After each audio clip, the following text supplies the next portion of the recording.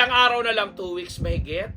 2 weeks, 15 days ba or something? Ay, nako, basta Merry Christmas pa sa ating lahat. And welcome to Unbearable Channel. Maraming salamat sa lahat po ng mga subscribers po natin all over the world. All over the world na ako. Luzon, Visayas, Mindanao. Plus yung mga taga-US, sa Australia, sa Dubai, New Zealand, Ireland, sa Italy, Japan, Hong Kong. Marami pang iba. Diyos marahay na banggi po sa Indong Gabos. Yan po, in our dialect in Bicol. Good evening. Yes. At good morning sa mga abutan nito in morning and good afternoon sa mga good afternoon. And ito na nga pag-usapan natin. Merry Christmas, nag-Happy New Year ako. Pumuputok ako. Ano ba yung kandiri? Hello! Pag-uusapan nga natin ang isa pa rin sa pinakamainit na matatawag nating issue na pumutok ngayong 2023, although hindi pa naman siya tapos, no? Pero ano to, isa ito sa mga pinaka, kumbaga sa top, kung sa top 5 naman sa Miss Universe, pasok sigurado sa top 5 ang usapin pa rin sa Itbulaga at yung laban nila sa Tape Incorporated. Kasi kamakailan nga lang po ang Intellectual Property Office of the Philippines or IPOPHIL ay naglabas na ng kanilang desisyon hinggil sa trademark registration ng Tape Incorporated. Ang naging desisyon nga po nila ay pinaboran po nila ang TVJ or ang Tito Vic and Joey Group na bilang siyang creator or nagmamay-ari ng titulong Itbulaga at saka EB. Oo. At ito pong trademark na pinag-uusapan na to, ito nga po yung paggamit ng titulo sa entertainment purposes. Yan. At malinaw na malinaw sa naging desisyon ng IPO na sa pagkansilan nila ng application ng tape, hindi daw po nila nakitaan ng anumang magandang rason or katibayan ang tape na sila talaga ang nagmamay-ari ng titulo na yon. Kaya yon, nanalo ang ano doon, ang TVJ. Okay. So, but still, ayon pa rin naman sa batas, appealable pa rin naman siya.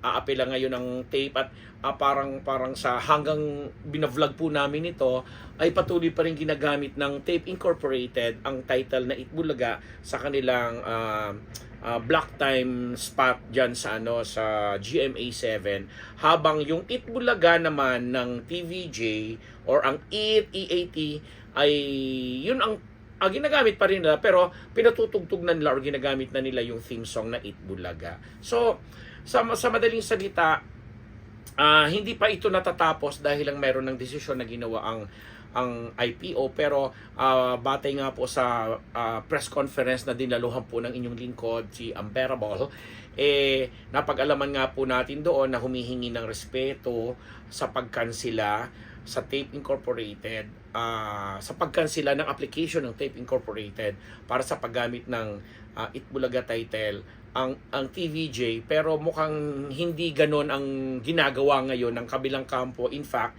sa pamamagitan ng isa sa mga host nila na si Paulo Contis, sinasabi ni Paulo na mahaba-habang laban pa ito, mahaba-habang usapin, kasi nga po batay na rin po sa nakuha po naming reaksyon ng isa sa mga magigiting na lawyers naman po ng Tape Incorporated na si Attorney Maggie Garduque. Sinasabi po niya, yes, I read the news.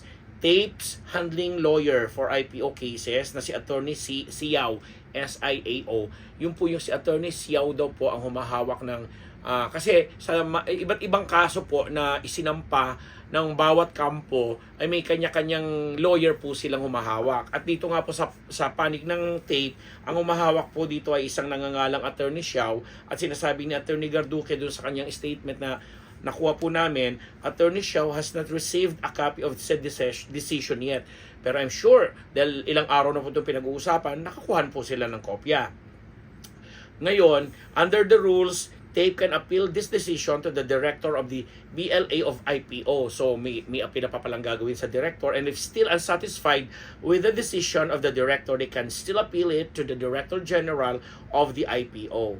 Tape, ito po yun, Tape Incorporated will avail of all legal actions and remedies to reverse this decision. O, yun nga po yung reaction nila. Kaya siguro naman, bilang masunuring sundalo itong si Paulo Conte sa kontrobersyal na titulo na yan, ganun po ang kanyang naipahayag na ngayon nga po ay patuloy siyang nakakatanggap ng mga bashing, ng mga negative reactions kasi nga parang sinasabi talaga wala ang kapal ng mukha mo, saan ang gagaling yung kapal ng mukha mo, parang hindi mo naiintindihan kasi for the longest time ang TVJ group naman o ang Dabarkads ng TVJ talaga namang naging mabait pa sila para bigyan pa kayo ng mahabang pasensya at sundin ang mga proseso ng batas. At ngayon nga nagdesisyon na itong IP, although hindi final, yun naman ang hinihingi na naman. Sana naman, kahit hindi pa final at may desisyon na gano'n, irespeto daw po ninyo bilang sa pamamagitan ng hindi paggamit ng titulo na yan. Dahil hindi napatunayan nga kumbaga sa unang laban, napatunayan na hindi talaga para sa inyo yan.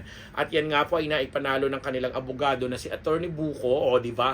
Sikat na sikat si Attorney Buko ng magandang umaga kapatid ba yun doon sa TV5.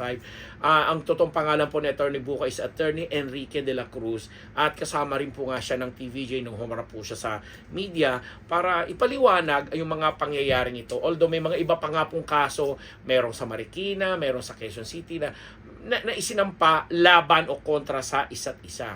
So kung hanggang saan po itong labanan na ito, kung hanggang saan ito ahantong at kung hanggang kailan, yan po ang ating aantabayanan. Sabi ko nga po sa inyo, parang series ito, teleserye, tuloy-tuloy lamang po. But still, sa naramdaman po namin, sa pakikipagpanayan po namin sa TVJ, sila na may talagang pinapakita nila na marunong silang sumunod sa batas, umaayon sila sa proseso. In the same manner, na ganoon din siguro ang ginagawa ng Tape Incorporated na sabi nga ng mga netizen, siya ang mas nakikinabang sa usaping ito kasi nga libre publicity nga naman pagsakay nila kumbaga sa marketing, sa promotion na laging na pag-uusapan kasi Itbulaga nga po yung pinaka-titulong pinaglalabanan dito. O, di ba? So, kayo mga ka-team unbettable dyan, kayo mga kapamilya po namin dyan, ano po ang pananaw ninyo dito sa usapin na ito?